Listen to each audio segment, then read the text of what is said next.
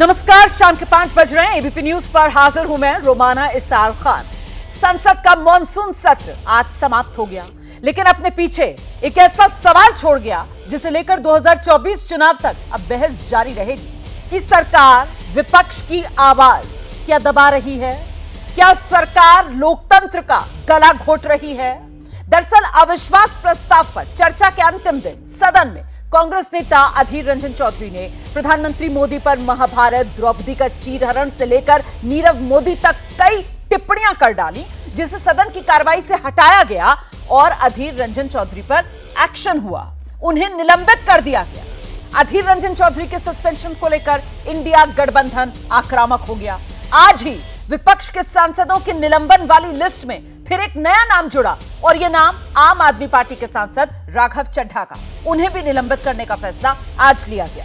विपक्ष इसे सीधे सरकार की नीयत से जोड़ रहा है कि उन्हें सदन से दूर रखने की यह कोशिश की जा रही है। सरकार आलोचना सुनना नहीं चाहती, अपनी खामियां सुनना नहीं चाहती। निलंबित सांसद यह मानने को तैयार नहीं है कि अनुशासन बनाए रखने के नाम पर उन पर कार्रवाई हुई, और यही वजह है कि विपक्ष ने संसद में सरकार की जमकर घेराबंदी की। संसद भवन परिसर में विपक्षी सांसदों ने प्रदर्शन किया, जिसमें राहुल गांधी से लेकर सोनिया गांधी तक तमाम कद्दावर नेता विपक्षी दलों के मौजूद रहे। वहीं सरकार ये कहती है कि हर बार की तरह विपक्ष की मंशा इस बार भी सिर्फ और सिर्फ हंगामा खड़ा करने की रही। संसदीय कार्य मंत्री प्रहलाद जोशी ने बताया, लोकसभा में 20, राज्यसभा में 55 बिल लाए गए, लेकिन विपक्ष ने सिर्फ एक दिल्ली सेवा बिल पर चर्चा में हिस्सा लिया। यानी इस मॉनसून सत्र में विपक्ष का मकसद सिर्फ और सिर्फ चुनावी रहा और 24 चुनाव के लिए एकजुटता का लिटमस टेस्ट तक ही विपक्ष इस संसद सत्र में सीमित था। ऐसे में सवाल है, अगर सदन में हुआ है ये रूल बुक वाला एक्शन, तो फिर क्यों आ रहे हैं ये सियासी रिएक्शन? और साथ ही महत्वपूर्ण यह भी कि यह अनुशासन वाली कार्रवाई या फिर इंडिया गठबंधन की आवाज दबाई। इन्हीं तमाम सवालों को लेकर शुरू करेंगे चर्चा, लेकिन पहले सियासी पलटवार।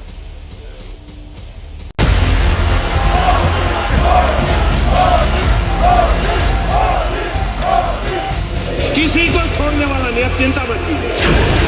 हर किसी का सम्मान करूंगा, आप चिंता मत कीजिए। मैंने सोचा कि नीरव मोदी सारे जिंदगी के लिए हमारे से दूर चले गए, लेकिन अब पता चला नीरव मोदी दूर नहीं गए। मणिपुर की घटना देखने के बाद मुझे यह पता चला नीरव मोदी यहाँ हिंदुस्तान में जिंदा है। इनको माफी मांगना चाहिए, हमारे पार्टी से लिया है। क्या बात कर रहे हैं? अनावश्यक बात नहीं चलेगा सर।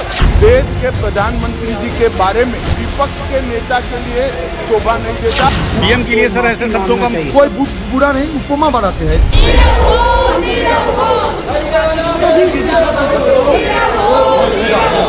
माफी मांगने की उनकी आदत नहीं है ना कांग्रेस के नेताओं की, और अब शब्द बोलना, प्रधानमंत्री जी पे ऐसा कटाक्ष करना ये ठीक नहीं। जो भी किया वो एज पर रूल्स ही किया।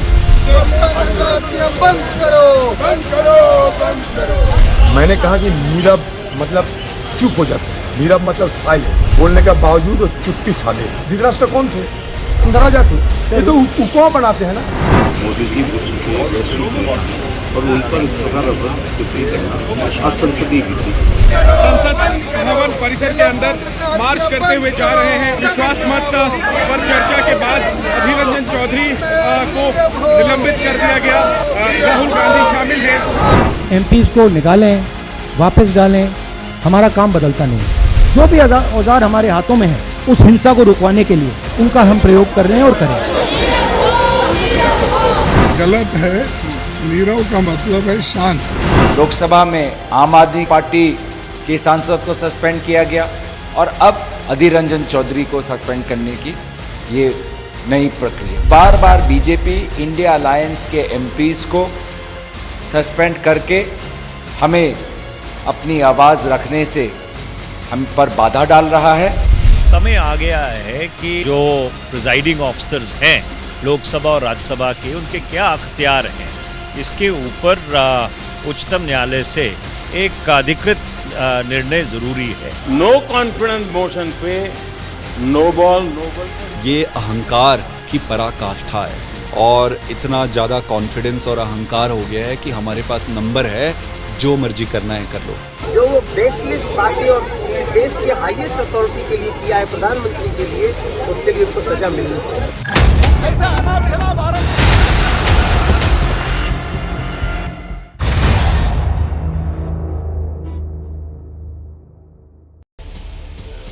आपका परिचय कराती हूँ। खास मेहमानों का पैनल आज हमारे साथ चर्चा में शिरकत कर रहा है। बीजेपी की प्रवक्ता चारू प्रज्ञा, कांग्रेस प्रवक्ता सुप्रिया श्रीनेत, समाजवादी पार्टी प्रवक्ता घनश्याम तिवारी और साथ ही दो वरिष्ठ पत्रकार हमारे साथ मौजूद हैं। स्टूडियो में मेरे साथ मौजूद हैं हर्षवर्धन त्रिपाठी जी और साथ ही राहुल देव जी हमारे साथ जुड़ रहे हैं। बहुत स्वागत आप सभी का। सबसे पहला सवाल मेरा सुप्रिया श्रीनेत जी आपसे है और सवाल ये कि जो कार्रवाई हुई है, विपक्षी सांसदों को जो निलंबित किया गया है, अनुशासन के नाम पर सरकार कह रही है एक्शन हुआ है, तो फिर डेमोक्रेसी इन डेंजर वाली दलील विपक्ष क्यों दे रहा है? सुप्रिया जी। आप सबको मेरा नमस्कार और याद रखिएगा कि 100 दिन से जलते हुए मणिपुर पर प्रधानमंत्री बोलने तब आए जब उनके खिलाफ एक अविश्वास प्रस्ताव लाया गया। मेरा इको ठीक करा दीजिएगा। जी ठीक करा। और एक बात और याद रखिएगा कि विपक्ष के सांसदों को, विपक्ष के शीर्ष नेताओं को खड़ा होकर आप निलंबित करते जाएंगे और आप कहेंगे आप सदन चलाना चाहते हैं। अधीर रंजन जी को निलंबित कर दिया, आपके संजय सिंह राघव चड्ढा को निलंबित कर दिया, डेरेक ओब्रायन को निलंबित कर दिया। कोई भी जो सवाल पूछेगा, कोई भी जो सरकार को आईना दिखाएगा, उसको आप निलंबित कर देंगे। लेकिन मेरा अपना मानना है कि इस देश के सदन में सब कुछ चल सकता है, अहंकार नहीं चलता है और जनता ये देख रही है। अगर आपको लगता है कि जब संसद टीवी इस देश का प्रमुख विपक्ष नेता बोलेगा, राहुल गांधी जी 15 मिनट 42 सेकंड मणिपुर पर बोले, आपने भी देखा होगा 11 मिनट 8 सेकंड हमने ओम बिरला का चेहरा देखा। 71% टाइम पर हमें स्पीकर का चेहरा दिखाया गया। क्यों दिखाया गया? आप ये बता सकती हैं? इसका जवाब है आपके पास? आपके पास इस बात का जवाब है कि जब प्रधानमंत्री को कल पानी पीना था 1 घंटे 38 सेकंड बाद, तब एक बार कैमरा उनसे हटकर स्पीकर पे गया क्योंकि प्रधानमंत्री को यह तस्वीर याद आ गई थी, गला सूख रहा था और पानी पीते जा रहे थे। यह असलियत है। भारत का सदन है, अखाड़ा नहीं है आपके दंभ का, अखाड़ा नहीं है आपके अहंकार का। आप अहंकार कर रहे हैं, करिए, ये जनता देख रही है। मैं जवाब कोई ना बोले, नहीं तो फिर बीच में हम भी बोलने मैं जवाब लेती का मौका नहीं मैं एक चीज बस कह के अपनी बात खत्म करती हूँ। एक चीज कहकर बात खत्म करती हूँ 10 सेकंड में, और वो बात ये है कि ये हमारे और आपकी खेत मेर की घर की लड़ाई नहीं है, ये मणिपुर के इंसाफ की लड़ाई है। प्रधानमंत्री जो धृष्टता से हंस रहे थे, जो नारेबाजी करा रहे थे, जो चुटकुलों का माहौल बना हुआ था, जो हंसी ठिठोले चल रहे थे, उन दो औरतों का चेहरा अगर भाजपाई याद कर लेते ना तो सदन में बोल ना पाते। नारे लगवाना तो बड़ी दूर की बात है। शर्म आती है ये देखकर कि देश का प्रधानमंत्री ये धृष्टता कर सकता है। रोमाना जी, चारू जी मैं आपके पास आ रही हूँ। आप ये मत बोलिएगा और मेरा सवाल की लिमिट भी होगी। नहीं, आराम से अभी चर्चा शुरू हुई है, सबको पूरा समय दूंगी। अभी से आप इतना ज्यादा पेशेंस अपने मत लूज कीजिए। आपके पास आ रही हूँ सवाल के साथ। सवाल सुनिए आप। तो कुल मिलाकर क्या माना जाए जो सुप्रिया श्रीनेत कह रही हैं, जो पूरा विपक्ष कह रहा है कि विपक्ष के सांसदों का निलंबन ये सरकार का दंभ है, अहंकार है, सवालों से घबरा रही है सरकार, इसीलिए जो सवाल पूछ रहा है, आईना दिखा रहा है, उसे सदन से बाहर का रास्ता दिखाया जा रहा है? जी, सुप्रिया जी की सारी बातों को आईना दिखाते हुए मैं 3 पॉइंट्स बोलूंगी। ये जो डिस्कशन मणिपुर पे अब हुआ, ये 15 दिन पहले हो सकता था अगर विपक्ष ने सदन चलने दिया होता। सरकार ने बार बार ये कहा कि सदन चलने दीजिए, हम मणिपुर पे चर्चा करना चाहते हैं। याद रखिएगा इस बात को, आपने डिले किया, अपने फायदे के लिए डिले किया। दूसरी बात, आप कहते हैं कि सदन कोई अखाड़ा नहीं है। बिल्कुल ठीक बात है, सदन अखाड़ा नहीं है और उसको अखाड़े की तरह ट्रीट भी नहीं करना चाहिए। आपके एमपी जब टेबलों पे चढ़ते हैं, कागज फाड़ते हैं, उन्हें उड़ाते हैं, माइक तोड़ते हैं, तो वो शायद भूल जाते हैं कि ये देश का सदन है, मंदिर है हमारे लोकतंत्र का, और यहाँ पर इस तरीके की दंगाई सूट नहीं करती, मारपीट सूट नहीं करती, और आप ये लगातार करते रहते हैं। पैसे लगते हैं जी, हमारे मेहनत से कमाए हुए भारत के नागरिकों के पैसे लगते हैं सदन को चलाने में। 2.5 लाख रुपए 1 मिनट का। 15 दिन से जो आप पैसे बर्बाद कर रहे हैं, आप उसको याद रखिएगा। उसके बाद आप ये कहते हैं कि आप सदन से किसी को निलंबित नहीं कर सकते। भाई, आपके पास तो ऑप्शन था, क्यों चले गए? आपके सारे सांसद बाहर वोटिंग के लिए रुक जाते, शायद बच जाते अधीर रंजन जी। आपको सदन में बैठने का शौक ही नहीं है भाई। आप अपने सबसे बड़े नेता की बार बार दुहाई देती है, उनका एवरेज 50% है। 50% मतलब आधे समय वो सदन में जाना जरूरी नहीं समझते। मैं नहीं मानती कि सरकार के किसी भी जवाब में मणिपुर के बारे में चर्चा करने में कोई भी कमी बची है। देखिए, सेलेक्टिव आउटरीच की बीमारी है विपक्ष को, लेकिन इसके साथ सेलेक्टिव हियरिंग की भी बीमारी है। क्या आपने सुनी नहीं बातें? ये नहीं सुना कि सरकार कैसे प्रतिबद्ध है यहाँ हर समस्या का समाधान करने के लिए, आज भी कल भी। और पुरानी बातें याद दिलाकर हमको यही बताया गया। आज ना मैं एक बच्चे से बात कर रही थी रोमाना जी, और मैं उस बच्चे को एक बात समझा रही थी। मणिपुर के बारे में हम बात कर रहे थे। अगर आप एक इंसान को दिन में 3 बार कटोरा भरकर चीनी खिलाते जाएंगे और 10 साल के बाद बोलेंगे कि आज इसने चीनी खानी छोड़ दी है, इसको डायबिटीज क्यों हो गई, क्या आप पुरानी बातें भुला सकते हैं? तो मणिपुर को जिस तरीके से आपने 42 साल तक जलने दिया इंसर्जेंसी की आग में, और एक नजर उठाकर नहीं देखी आपने, उसका नतीजा है आज मणिपुर का जलना। आप उसको याद रखिएगा। ठीक है, मैं आपके पास दोबारा आऊंगी, लेकिन उससे पहले जरा एक एक रिएक्शन में सभी मेहमानों से ले लूं, फिर मैं आ रही हूं आप लोगों के पास दोबारा, मैं डिबेट खोल दूंगी। पहले जरा घनश्याम जी का मैं रुख करना चाह रही हूँ। घनश्याम जी, यहां पर एक बात जो कही जा रही है विपक्ष की तरफ से, जब आप सवाल पूछ रहे हैं, आईना दिखा रहे हैं, तो फिर उससे चिढ़कर सांसदों को सदन से बाहर का रास्ता सरकार दिखा रही है। तो मेरे ख्याल से सवाल तो उठाने का काम डिंपल यादव की तरफ से भी किया गया, उन्होंने भी अविश्वास प्रस्ताव में अपनी बात रखी, और विपक्षी दलों के बहुत नेताओं की तरफ से सवाल पूछने का काम किया गया। आप इस बात को मानेंगे? ऐसे में ये जो चुनिंदा सांसद जिनके खिलाफ एक्शन लिया गया है, मेरा सवाल यह है सर कि अगर सदन की गरिमा के अनुरूप एक्शन नहीं होगा तो फिर रिएक्शन तो होगा ना, फिर कार्रवाई तो की जाएगी ना। ऐसे में विपक्ष को निशाने पर लिया जा रहा है, ये विक्टिम कार्ड नहीं है विपक्ष का तो और क्या है?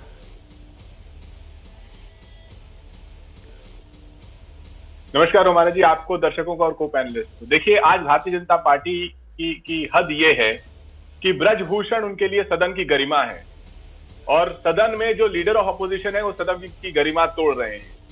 देश के इतिहास में ये 17वीं लोकसभा सबसे कम दिनों तक चलने वाला सदन है देश के इतिहास में, तब जब भारतीय जनता पार्टी की भीषण मेजॉरिटी है। इससे पिछली जो 16वीं लोकसभा थी उसका भी यही हाल था। जो पार्टी सिस्टमैटिक तरीके से सदन को आहूत ही नहीं करती है उतने दिनों तक। दूसरी बात, देश में आज तक जितने प्रधानमंत्री हुए हैं उनकी तुलना में वर्तमान प्रधानमंत्री ने सबसे कम सवाल लिए हैं सदन से, या सवाल लिए ही नहीं है, या उनकी औसतन जो उपस्थिति है सदन में सबसे कम रही है। केवल सुंदर शानदार कपड़े पहन करके मोदी नारे के बीच में सदन में आ जाना जो है नरेंद्र मोदी नहीं है, वो नीरव मोदी का स्वरूप है, क्योंकि नीरव का मतलब होता है शब्दहीन। आप वहां शब्दहीन बनने के लिए नहीं गए हैं, आप वहां पर इसलिए गए हैं कि आप सवालों का जवाब दे सकें। जब प्रधानमंत्री 2.5 घंटे बोल रहे थे उस समय क्या विपक्ष का एक भी सांसद जम्हाई ले रहा था, ठिठोली ले रहा था? आप भारतीय जनता पार्टी, क्योंकि कैमरा सिर्फ भारतीय जनता पार्टी के सांसदों को दिखा रहा था, वो या तो जम्हाई ले रहे थे, या सो रहे थे, या थंपिंग कर रहे थे, या फिर हंस रहे थे। ये एक दुखद घड़ी थी, मणिपुर जल रहा था, लेकिन जब तक विपक्ष के सभी सांसद चले नहीं गए वहां से, विरोध में 1.5 घंटे प्रधानमंत्री के बोलने के बाद चले नहीं गए, तब तक प्रधानमंत्री जी ने मणिपुर का नाम नहीं लिया। और जब मणिपुर बोले भी तो प्रधानमंत्री की शुरुआत कैसे होती है, जिस पर किसी ने ध्यान नहीं दिया अभी तक। प्रधानमंत्री कहते हैं, मणिपुर की बात करते हैं, अमित भाई ने बताया, आप जानते हैं आजकल अदालतों में क्या हो रहा है? क्या हो रहा है अदालतों में? जिस सदन में आप ये कह रहे हैं कि सुप्रीम कोर्ट के जज चीफ इलेक्शन कमीशन के सिलेक्शन का हिस्सा नहीं बनेंगे, आप अदालतों को ठीक करना चाहते हैं, आप सदन से लोगों को निष्कासित करना चाहते हैं, आप सदन नहीं चलने देना चाहते हैं, आप सदन में ऐसे आते हैं जैसे आप फैशन परेड करने आए हैं और आपके आसपास सांसद केवल चेस बजाते हुए दिखाई देते हैं। जब देश सवाल पूछ रहा है कि क्या देश के प्रधानमंत्री को मणिपुर नहीं जाना चाहिए था, प्रधानमंत्री को सिर्फ 3 चीजें कहनी थी। पहली चीज कि इस सदन से सभी पार्टी के लोग मणिपुर जाएंगे और वहां के लोगों के आंसू पोंछेंगे, प्रधानमंत्री ने नहीं कहा। ठीक है। दूसरी चीज, मैं स्वयं वहां जाऊंगा और जिस मणिपुर में मैंने वोट मांगे हैं वहां पर मैं लोगों से माफी मांगूंगा, आंसू पोंछूंगा, उन्होंने ऐसा नहीं कहा। और तीसरी चीज, उन्हें यह बताना चाहिए था कि क्यों वो आज तक मणिपुर नहीं गए, सदन में नहीं गए, लेकिन प्रधानमंत्री इसको छोड़ करके हर तरह का जुमला, हर तरह का मजाक करते रहे, जो कि बिल्कुल ही भद्दा लग रहा था। ठीक है, मैं वरिष्ठ पत्रकारों का रुख करूंगी, उसके बाद मैं दोबारा राजनीतिक पैनल पर आ जाऊंगी। मेरे साथ दो वरिष्ठ पत्रकार इस वक्त मौजूद हैं। मैं हर्षवर्धन जी पहले आपके पास आ रही हूँ और आपसे बस मैं ये जानना चाहती हूँ, जिस बात का जिक्र अभी यहाँ पर घनश्याम जी भी कर रहे थे और हमने देखा आज मल्लिकार्जुन खड़गे साहब ने भी राज्यसभा में इस बात का जिक्र किया। उन्होंने कहा नीरव डिक्शनरी का शब्द है, नीरव का मतलब होता है शांत, शब्दहीन, खामोश हो जाना। और खुद जो अधीर रंजन साहब वो कह रहे हैं कि साहब उपमा देकर अगर कोई टिप्पणी की जाए तो उस पर इतनी क्या आपत्ति, आपने उसको एक्सपंज कर दिया है, आपने शामिल नहीं किया उसको लोकसभा की कार्रवाई में कि आप एक्शन ले लें। सर देखिए रोमाना, 3 निलंबन हैं जी, संजय सिंह, राघव चड्ढा और अधीर रंजन चौधरी। चौथा भी तो जोड़िए ना, सुशील कुमार रिंकू भी हैं।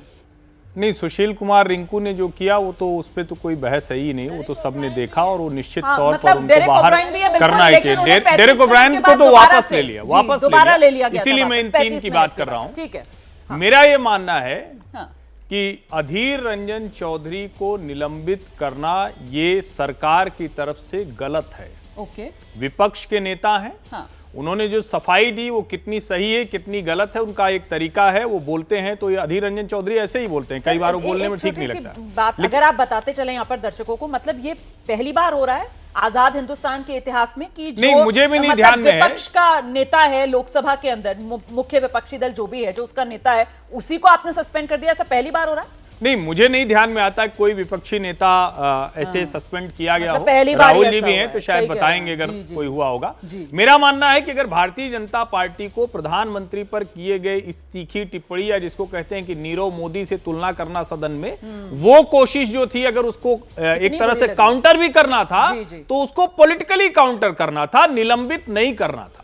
लेकिन 2 और जो निलंबन हुए हैं, मेरा यह मानना है कि राघव चड्ढा के ऊपर तो एफआईआर होनी चाहिए, सभापति की अनुमति दी जानी चाहिए, क्योंकि फोर्जरी अगर सामान्य व्यक्ति करेगा तो उसको तो जेल होगी और विशेषाधिकार की आड़ में हमारे सांसद लोग कुछ भी करेंगे वो होता रहेगा। ठीक है, तो ये दोनों पहलू हैं। मेरी राय बड़ी स्पष्ट है, अधीर रंजन चौधरी का निलंबन कहीं न कहीं, जिसको कई बार कहते हैं ना, जैसे मैंने वीरेन मस्त को देखा जो भारतीय जनता पार्टी के सांसद हैं, वो तो आगे बढ़ गए थे, उनका तरीका है, हो सकता है उनका टिकट कटने वाला हो, इस बार उम्र हो गई है तो उनको लगाओ चलो इसी बहाने टिकट बचेगा। लेकिन मुझे लगता है ये ठीक नहीं था। उनको कल टोका गया, वो सदन में मौजूद थे, उन्होंने उठकर माफी मांग ली उन्होंने। मैं राहुल देव जी का रुख कर रही हूँ। राहुल देव जी, और कहा गया ये अधीर रंजन जी के लिए बाद में कि साहब वो रिपीटेड ऑफेंडर है एक तरीके से, वो कभी माफी भी नहीं मांगते, वो बार बार इस तरीके की जुमलेबाजी करते हैं और माफी नहीं मांगते, और इसी वजह से ये निलंबन जो कर दिया गया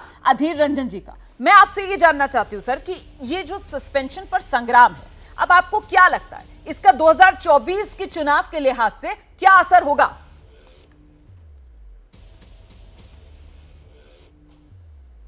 देखिए, क्या असर होगा ये कहना तो मुश्किल है। ये तो केवल प्रणाम और लोगों का वोट देने का निर्णय केवल इन चीजों पर कौन किसको सदन में कितने दिन के लिए निलंबित किया गया इससे नहीं होता जी। तो उसके दूसरे ही कारण होते हैं, बिल्कुल दूसरी मनोस्थिति होती है। ठीक है, लेकिन प्रश्न ये है कि ये जो निलंबन है इनसे हमको क्या, मुझे क्या दिखता है इनके, तो मैं समझता हूं कि नीरव मोदी वाले सवाल पर तो शायद सभी मानेंगे कि वो बिल्कुल सरासर गलत है, और जिसने भी ये फैसला लिया, पीठासीन अधिकारी हो या कोई और हो, उनके अपनी कमजोर हिंदी को दिखाता है और कुछ नहीं। ठीक है, नीरव का सीधा मतलब है, आपने भी बार बार बताया, शब्दहीन जी। तो जाहिर है कि उनका मतलब, अगर वो कहते मौन मोदी तब तो सदन की गरिमा का उल्लंघन नहीं होता, वो तो कोई गाली या ऐसे अपशब्द नहीं हो जाता। तो बांग्ला में ये मूलतः संस्कृत का शब्द है नीरव, रव का अर्थ है ध्वनि, आवाज। जहां आवाज नहीं है, ध्वनि नहीं है, मौन है या शांति है, वो नीरव है।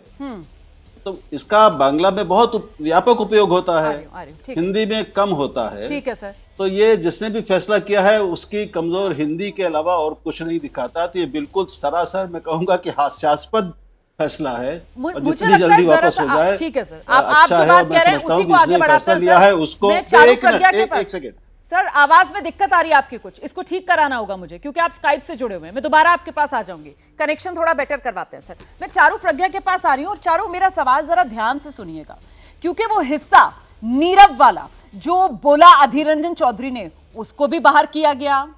इसके अलावा राहुल गांधी ने जो बोला भारत माता की हत्या वाली बात, उसको भी सदन की कार्रवाई से बाहर किया गया। लेकिन राहुल गांधी पर कोई एक्शन नहीं, मतलब भारत माता की हत्या पर भी आपत्ति सरकार को, लेकिन राहुल गांधी के खिलाफ तो कोई एक्शन ऐसा नहीं हुआ कि उनको निलंबित कर दिया गया। यहां नीरव मोदी अगर कह दिया, प्रधानमंत्री नरेंद्र मोदी तो कहते हैं कि साहब क्या कहते हैं वो, व्यक्ति से बड़ा दल, दल से बड़ा देश, और यहां पर अगर हमला व्यक्ति पर हो रहा है, व्यक्तिगत टिप्पणी कह रहे हैं ना आप लोग, सरकार यही कह रही है व्यक्तिगत टिप्पणी है प्रधानमंत्री नरेंद्र मोदी पर, इसीलिए हमने ये एक्शन लिया है। तो व्यक्तिगत टिप्पणी प्रधानमंत्री पर की जाएगी तो एक्शन होगा, और भारत माता को लेकर सरकार चुप्पी साध लेगी। चारू जी देखिए रोमाना जी, अभी जो मेरे से पहले पत्रकार बोल रहे थे वो दोनों बातें कह गए। एक तरफ तो वो नीरव शब्द का मतलब समझा रहे थे, हिंदी में नीरव का मतलब क्या होता है, और दूसरी तरफ वो ये कह रहे थे कि अधीर रंजन जी की हिंदी थोड़ी कमजोर है।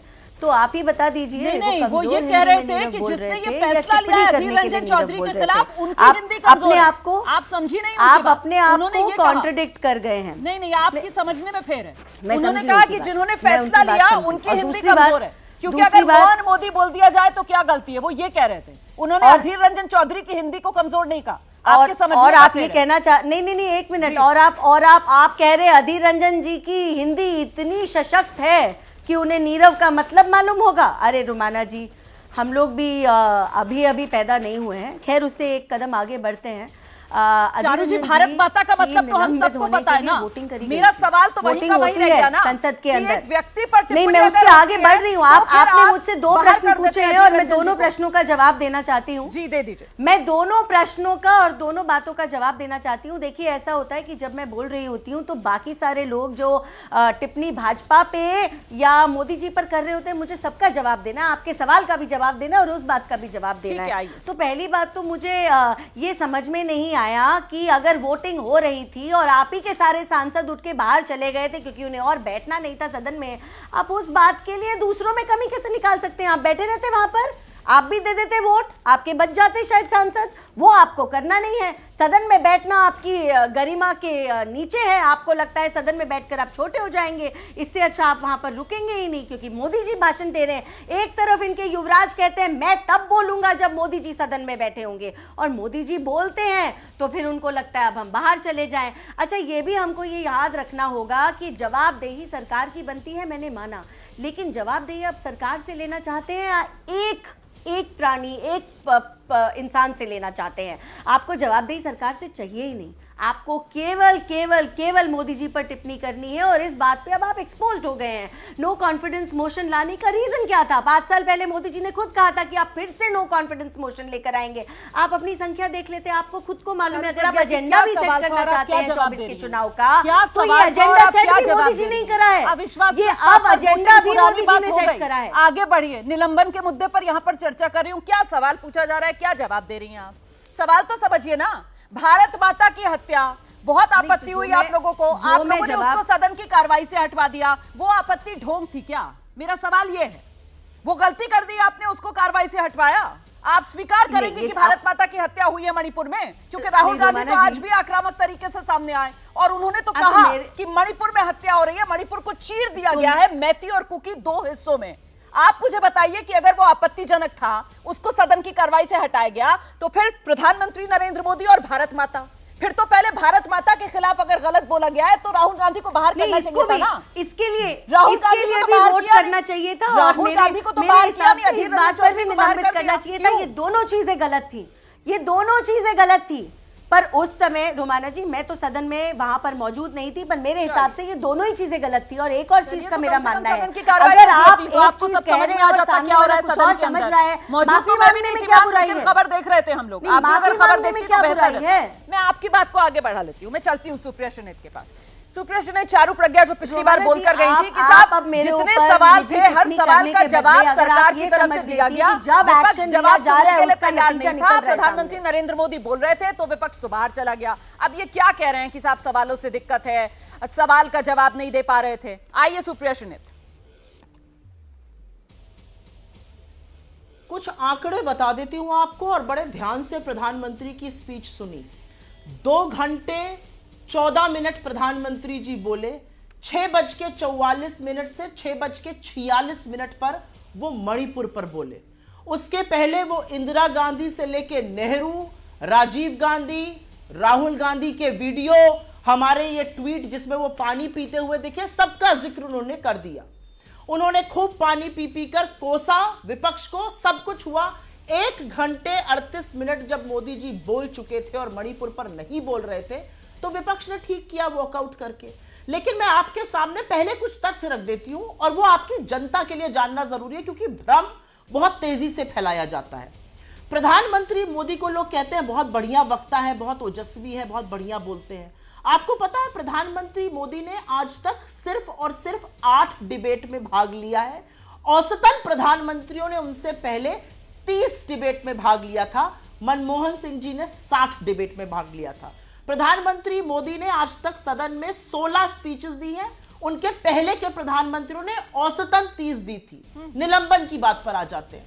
मुझे आप सिर्फ एक बात का जवाब दे दीजिए। आपसे कोई सांसद अपने बगल में बैठी हुई एक दूसरी महिला सांसद को कहता है यह वैशाली की नगर वधू है, मतलब उसको वेश्या बुलाता है और यह काम निशिकांत दुबे ने किया है, उसको निलंबित नहीं किया जाता है। एक सांसद है जिसको चार्जशीट करके हमारे देश की सबसे होनहार बेटियों ने यौन शोषण का आरोप लगाया है, चार्जशीटेड है, मुकदमा चल रहा है, वो इस सदन के लिए गरिमा भंग नहीं करता है, उसके लिए निलंबन नहीं होना चाहिए।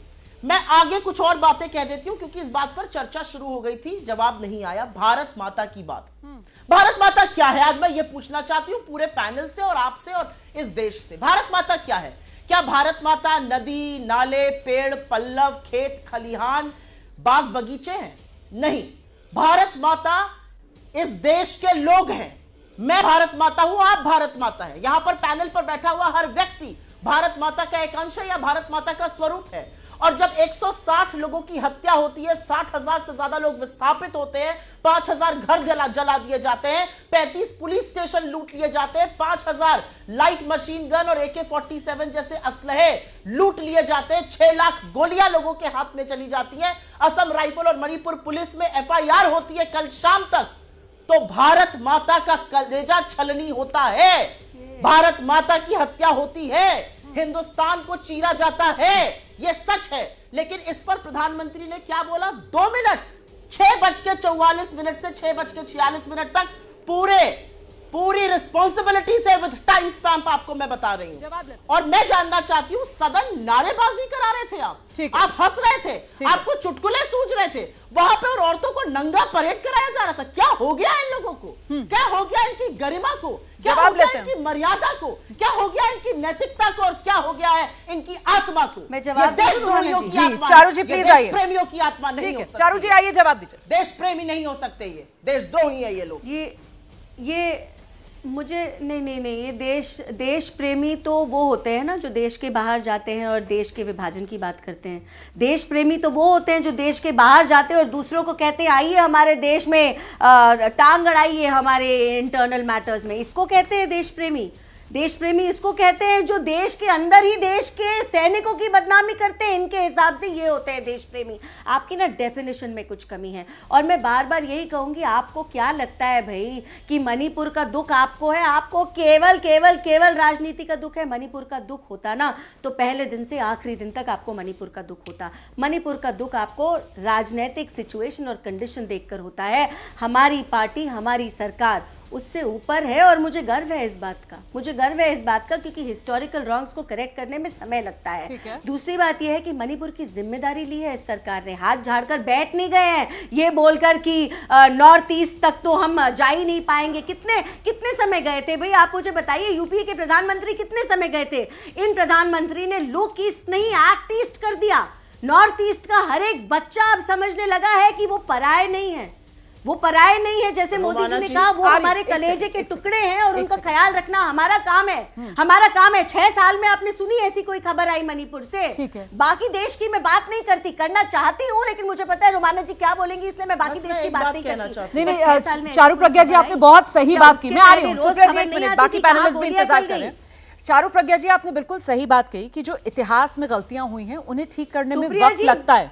चारू जी मेरा सवाल सुन लीजिए। चारू जी आप लोग मुझसे बात कर रहे हैं, एक दूसरे से नहीं, प्लीज कोई डायरेक्ट ऐसे एक दूसरे पर कमेंट मत कीजिए, एक दूसरे से सीधे सवाल मत पूछिए, डिबेट डीरेल होती है। प्लीज टॉक टू मी, मैंने आपको बुलाया है और मेरा आपसे सवाल यह है, आपने सही कहा कि ऐतिहासिक गलतियों को सुधारने में वक्त लगता है, लेकिन जब उन्हें सुधारा जा रहा होता है तो क्या 3 महीने तक किसी प्रदेश को हिंसा की आग में झोंकना ये भी आप जायज ठहरा रही हैं? महिलाओं के साथ वहां पर जो कुछ हुआ उसको आप जायज ठहरा रही हैं? और मरहम के नाम पर कम से कम वो नाकाम सीएम उनको तो बदल दिया जाता ताकि कुछ तो मरहम लग जाता वहां पर लोगों के जख्मों पर, तब तो लगता कि हाँ आप लोग कुछ एक्शन ले रहे हैं। देखिए सारे सवाल तो जस के तस हैं, पूरी चर्चा हो गई उसके बाद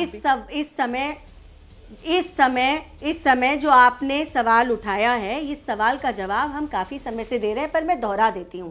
सबसे पहली बात यह है कि जहां पर गृह मंत्री जाकर आ गए हों, MOS होम नित्यानंद जी 1 महीने से ज्यादा रहे हों, जहां हमारी आर्मी के इतने सारे बटालियन वहां पर डिप्लॉयड हो, जहां पर रेफ्यूजी कैंप्स बन गए हों, जहां पर रोज सरकार मेहनत कर रही हो कि दोनों भागों में से बात करेगी, मैती से भी बात करेगी, कुकी से भी बात करेगी, परमानेंट सोल्यूशन इस इशू का ढूंढने के लिए जहां मेहनत चल रही हो, वहां पर जरूरी नहीं है हर चीज का प्रेस नोट निकल कर बाहर आए रोमाना जी। और जब सरकार से पॉइंटेड क्वेश्चन पूछे गए, अमित शाह जी ने कल परसों जवाब दिया, संसद में परसों जवाब दिया, बुझाई जाएगी और तब तक अगर आग जल रही है तो फिर 15 दिन पहले आपको ये सारे जवाब मिल जाते हैं। मैं आगे बढ़ रही हूं, मैं जरा सा घनश्याम जी के पास लेकर चलती हूँ इस चर्चा को। घनश्याम जी, विपक्ष की तरफ से कहा जा रहा है 2 मिनट, मतलब प्रधानमंत्री नरेंद्र मोदी कुल 133 मिनट सदन में बोले, 2 घंटा 13 मिनट, और इसमें मणिपुर पर 2 मिनट। सर ये क्या विपक्ष को जवाब था प्रधानमंत्री का? क्योंकि विपक्ष तो बहुत गदगद था कि देखिए मणिपुर पर हमने मजबूर कर दिया अविश्वास प्रस्ताव लाकर, अब प्रधानमंत्री को सदन में आना होगा और जवाब देना होगा। उन्होंने कहा लो मैं दे रहा हूं मणिपुर पर जवाब, 2 मिनट बोले वो। घनश्याम जी देखिए, 3 संक्षिप्त बातें कहूंगा। पहली बात कि यहाँ पे कोई मजबूर नहीं है, प्रधानमंत्री भी मजबूर नहीं, मजबूर मणिपुर के वो लोग हैं जिनसे कहा गया, प्रधानमंत्री ने पिछले साल चुनाव में कहा 25 साल का रोड मैप है मेरे पास। मजबूर वो लोग हैं जिसके बारे में जब गृह मंत्री कहते हैं कि मुझे पूरा कॉन्फिडेंस है, पूरा विश्वास है वहां के चीफ मिनिस्टर के ऊपर, जिस चीफ मिनिस्टर के ऊपर ड्रग से जुड़े हुए आरोप लगे हुए हैं वहीं की पुलिस ने लगाया है, जिस चीफ मिनिस्टर के ऊपर वहां के उग्रवादियों से जुड़े हुए आरोप लगे हुए हैं, जिस चुनाव में उग्रवादियों के समर्थन देने का आरोप लगा हुआ है, जहां पर वो महिलाएं कह रही कि पुलिस ने उन्हें सौंपा उस भीड़ को जिसने हर तरह की दरिंदगी दी, उस मुख्यमंत्री के ऊपर गृह मंत्री को पूरा विश्वास है और प्रधानमंत्री को पूरा विश्वास है ये पूरे मणिपुर को झकझोरेगा। अंतिम बात जो झकझोरेगी वो ये है कि मणिपुर के 2 सांसद हैं जी, विपक्ष कहता रहेगा ये आप ही की पार्टी के सांसद हैं, आपके सहयोगी दलों के सांसद हैं, इनको एक शब्द बोलने दीजिए। जब राज्यसभा में एक सांसद ने बोलने की कोशिश की तो राज्यसभा के जो उपसभापति थे उन्होंने उन्हें बिठा दिया, कहा इसे एक्सपेंड कर दो। ऐसा लगता है कि जब भी कोई प्रधानमंत्री तो मणिपुर में बोलेंगे नहीं, लेकिन कोई अगर सवाल उठा दे, अगर उसे भारत माता से जोड़ दे, उसकी आवाज से जोड़ दे, तो उसको ये लोग चाहते हैं कि वो सवाल भी न उठाया जाए, वो आवाज भी न सुनी जाए। ये देश को दहलाने वाली बात है कि अगर आप पूरी तस्वीर देख लीजिए, एक तस्वीर उस 2.5 घंटे की दिखा दीजिए जहां पे भारतीय जनता पार्टी के किसी भी सांसद के चेहरे पर संवेदना थी, दुख था या ये दर्द था मणिपुर में जो हो रहा है, लगातार हो रहा है, उसका एक तस्वीर दिखा दीजिए किसी महिला सांसद, भारतीय जनता मंत्री के ऊपर, प्रधानमंत्री के ऊपर। किसी को दुख दर्द नहीं है। ये सब लोग ऐसे लग रहा था जैसे कोई चुनाव जीत के आए हैं और वहां पर उस चुनाव का सेलिब्रेशन करने के लिए बैठे हैं। जब पूरा विपक्ष जा चुका था सिर्फ वो लोग हर्षोल्लास मना रहे थे, कोई दुख नहीं दिखा रहा। ठीक है, मैं हर्षवर्धन जी के पास आ रही हूँ, लेकिन हर्षवर्धन जी ये तो अविश्वास प्रस्ताव था ना, ये तो अब 1 मिनट चारू जी प्लीज, बारी बारी मैं वरिष्ठ पत्रकारों के पास जाऊंगी, उसके बाद मैं आऊंगी आपके पास, आप रखिएगा अपनी बात। हर्षवर्धन जी, लेकिन ये मणिपुर पर तो फोकस चर्चा नहीं थी, ये तो अविश्वास प्रस्ताव विपक्ष की तरफ से लाया गया था सरकार के खिलाफ, और ये तो अविश्वास प्रस्ताव पर जवाब देने के लिए प्रधानमंत्री सदन में आए थे। ऐसे में विपक्ष की तरफ से ये एक जो नैरेटिव खड़ा किया जा रहा है, आज राहुल गांधी भी आए प्रेस कॉन्फ्रेंस करने करने के लिए कि साहब मजाक बना रहे थे, हंस रहे थे, मुस्कुरा रहे थे, गंभीरता नहीं थी, ये कहां तक आपको वैलिड पॉइंट लग रहा है? और साथ ही जो एक्शन लिए गए, क्योंकि विपक्ष तो सीधे कह रहा है कि डर रहा है, सरकार डर गई है। सर, ये डर कर लिए गए एक्शन है निलंबन वाले, या फिर ये डराने के लिए गए एक्शन है निलंबन वाले, ये क्या है? नहीं, देखिए, मैंने पहली बार जो कहा कि अधीर रंजन चौधरी का निलंबन मुझे लगता है कि नहीं होना चाहिए था, ये गलत हुआ है और अति उत्साह में लिया गया निर्णय है। लेकिन संजय सिंह और राघव चड्ढा का निलंबन बिल्कुल दुरुस्त है और संसद के विशेषाधिकार के पीछे नहीं छिप सकते। लेकिन अभी अभी मणिपुर में जब हम पूरी ये बात करते हैं, वहां जो कुछ हो रहा है वो शर्मसार करने वाला है। लेकिन यह भी सच है कि मणिपुर की घटना पर काबू भी पाया गया। मणिपुर में जो कुछ हुआ है उससे ठीक पहले बीरेन सिंह, जो जिस राज्य में 90% मतदान हुआ है, मुझे लगता है कि ध्यान में रखना चाहिए। और नरेंद्र मोदी के कार्यकाल में एक भी सरकार बर्खास्त नहीं हुई है, एक भी मुख्यमंत्री हटाया नहीं गया है, राष्ट्रपति शासन नहीं लगा। जिस पश्चिम बंगाल से पश्चिम बंगाल विधानसभा चुनाव के बाद लोगों को असम जाना पड़ गया था, वहां भी सरकार ने मुख्यमंत्री नहीं हटाया, राष्ट्रपति शासन नहीं लगाया। और यहां डीजीपी के लिए वहां जो उनके जो सिक्योरिटी एडवाइजर हैं वो यहां से केंद्र से भेजे गए। तो मुझे लगता है कि बहुत ब्लैक एंड व्हाइट में जो चीजें कही जा रही है ना, मणिपुर पर सरकार को बहुत कुछ करने की जरूरत है। देश शर्मसार हुआ है, लेकिन जिस तरह से भारत माता की हत्या हो गई, हत्यारे हैं, देशद्रोही हैं, जब ये सब कहने की कोशिश राहुल गांधी करते हैं तो लगता है कि अपने मन में जो अपराध बोध है, अपनी जो छवि है, उसको दुरुस्त करने का प्रयास भर है। ये नहीं होना चाहिए। इस संवेदनशील मसले पर 20 तारीख को ही पूरे सदन को आपको ऐसा क्यों लगता है? अपराध बोध आपको क्यों लगता है? राहुल गांधी के मामले में आपने जो भी कहा, थोड़ा सा उसको और एक्सप्लेन कर दीजिए। मतलब क्या आपको क्या गलत लगा उसमें? मैं समझ नहीं पाई। नहीं, मैं उसको समझा रहा हूं जी। क्या जब 23 तारीख की बैठक होती है तो ममता बनर्जी कहती है हमको विपक्षी मत कहिए, देशभक्त कहिए। राहुल गांधी का जो विदेश में जब वो गए थे, उनका जो जगह जगह जो उनकी स्पीचेज हुई, उसमें वो कहते हैं कि यहां लोकतंत्र बड़ा खतरे में है, अमेरिका और यूरोपीय यूनियन के देश बेखबर हैं, ऑब्लिवियस, बेखबर हैं। और उसके बाद मतलब आप ये कह रहे हैं कि साहब मणिपुर का मुद्दा एक मौके, मणिपुर का मुद्दा एक मौके के तौर पर कांग्रेस के लिए खुद को देशभक्त साबित करने का, ये कह रहे हैं आप? निश्चित राहुल देव जी, इसीलिए इस मुद्दे को लेकर, मणिपुर के मुद्दे पर कांग्रेस इतनी आक्रामक है कि बीजेपी को देशद्रोही करार देने का उसको एक एजेंडा मिल गया है, खुद को देशभक्त साबित कर रहे हैं। मैं आशा करता हूं कि आप मुझे थोड़ा सा समय देंगी। जी सर, आपकी आवाज अब बिल्कुल सही आ रही है, आराम से अपनी बात रखिए जी। सबसे कम समय मुझे मिला है। पहली बात यह कि मैं शुरू से ही असहमत रहा हूं कि इस मुद्दे पर अविश्वास प्रस्ताव लाकर प्रधानमंत्री को बोलने पे बाध्य करने की रणनीति गलत थी। ठीक है। विपक्ष को इससे कुछ हासिल नहीं हुआ। ठीक है। बहुत अच्छा, अगर उसको ज्यादा हासिल होता, अगर वो ये पूरा सत्र ऐसे ही बीत जाने देते, सब सदन में पूरी गरिमा और गंभीरता के साथ भागीदारी करते, चर्चाएं करते और प्रधानमंत्री के निर्णय पर इस बात को छोड़ देते कि वो मणिपुर पर बोलते हैं या नहीं बोलते हैं, तो क्या बोलते हैं, कितना बोलते हैं। देश की जनता को ये सब दिखता है और वो अपना भी मतलब भी निकालती है, वो इतनी मूर्ख नहीं है। दूसरी बात ये जो निलंबन वाला मामला है, क्योंकि चर्चा वहां से शुरू हुई थी जी। आवाज ठीक है अभी? जी बिल्कुल बिल्कुल।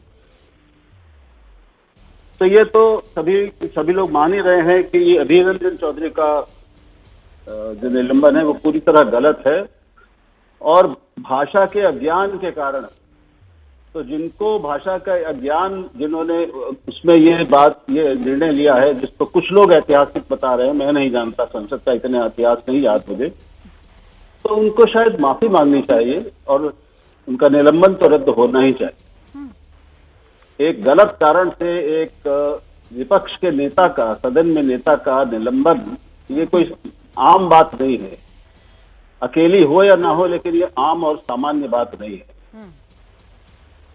तो ये भी हमें कुछ बताता है जी। जल्दबाजी क्यों हुई, कैसे हुई, किस मानसिकता के कारण हुई, वो भी कुछ बताता है।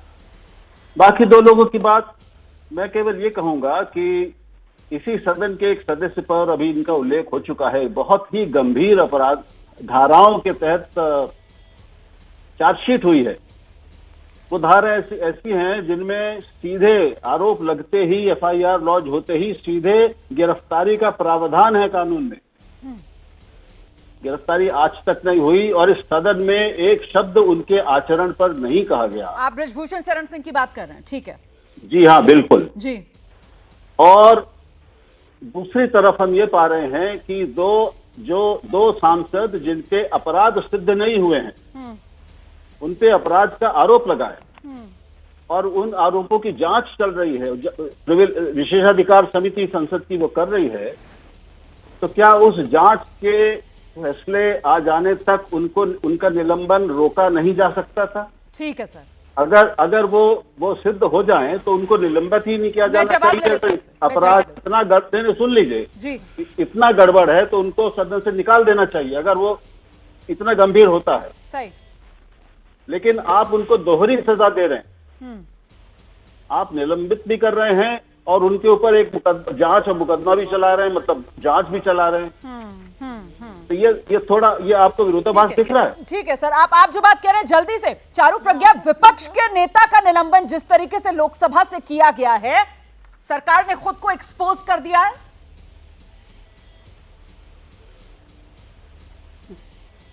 ये मैं इनकी बात सुन रही थी, वरिष्ठ हैं आप, उम्र में भी मुझसे बड़े हैं। एक एक्ट है हमारे देश में, रिप्रेजेंटेशन ऑफ पीपल्स एक्ट, उसमें बहुत साफ लिखा गया है अगर कोई कन्विक्टेड है तो वो निलंबित होगा।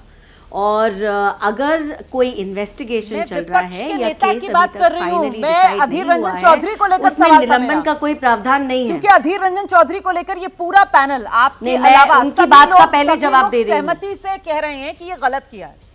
तो क्या ये सरकार ने खुद को एक्सपोज कर दिया है? नहीं, बिल्कुल भी नहीं। अरे आप मुझे एक बात बताइए, बार बार सरकार ने एक्सपोज आपने ऐसा लगा रखा है। बीच में कोई कांग्रेस का नेता ये कह रहा था कि अरे डेमोक्रेसी की जो आवाज़ है वो पूरी ख़त्म हो गई है क्योंकि राहुल गांधी जी नहीं आ रहे हैं सदन में। एग्जाम्पल दे रही हूँ। तो क्या आप कहना चाहते हैं जितने ऑपोजिशन के एमपीज हैं सारे बेकार थे एक को छोड़कर? और अगर अधीर रंजन जी ने कोई ऐसी बात कही, उनके पास मौका था माफ़ी मांगने का, उन्होंने नहीं मांगी। उसके बाद वोटिंग देने के लिए भी आपके सांसद तो बैठे नहीं थे शिरकत करने के लिए। कुल मिलाकर अधीर रंजन चौधरी को लेकर जिस तरीके का एक्शन हुआ है, उसको लेकर अब एक नई सियासी लकीर पक्ष और विपक्ष के बीच खिंचती हुई आने वाले दिनों में भी यूं ही नजर आएगी। पंजाब और हरियाणा उच्च न्यायालय ने 12 अगस्त को होने वाले भारतीय कुश्ती महासंघ के चुनावों पर रोक लगा दी है। इस वक्त की बड़ी खबर, कुश्ती महासंघ के चुनाव पर रोक लगा दी गई है।